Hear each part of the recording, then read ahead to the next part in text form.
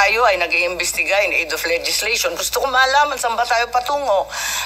Ano na ba ngayon? Palibasa, eto nga, admitido natin, nagbago.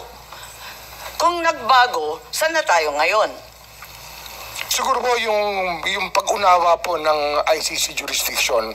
Kasi nung nag-aapila pa tayo sa ICC, na sinasabi natin na hindi tayo saklaw dito, marahil yung isang pagising natin sa katotohanan na hinahabol ng ICC ay hindi naman bansa, ngunit individual.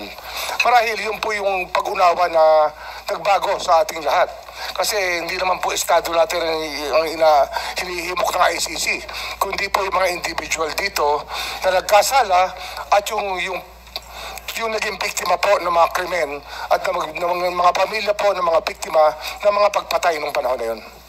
Okay, at sabihin natin may limited cooperation sa ICC. Sabihin natin, nung 13 November, si ASEC, ES Bersamin pala, ay nagsabi that if the ICC refers the process to Interpol, which may then transmit a red notice to the Philippines, the government will feel obliged to consider the red notice. Parang may ganon, may statement ba dyan?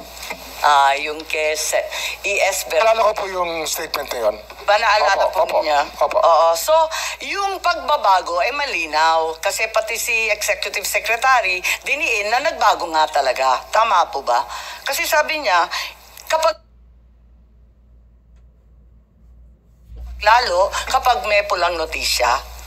Marahil dahil ito sa mga karanasan natin sa mga nakaraang buwan na tumutulong po ang Interpol sa ating bansa. Kaya ang pag-alam natin sa Interpol ay ganun-ganun na lamang. Hindi po natin pinababayaan na magkasamaan ng loob sa Interpol sapagkat sila po ay ating inaasahan sa maraming pagkakataon. Tama, talagang lumalahok tayo at umaasa sa Interpol. Ngayon, nung January, kayo po nagsalita. At tatanungin ko kung tama po ba to. At sinabi na the Marcos administration ay uupo kasama na ng ICC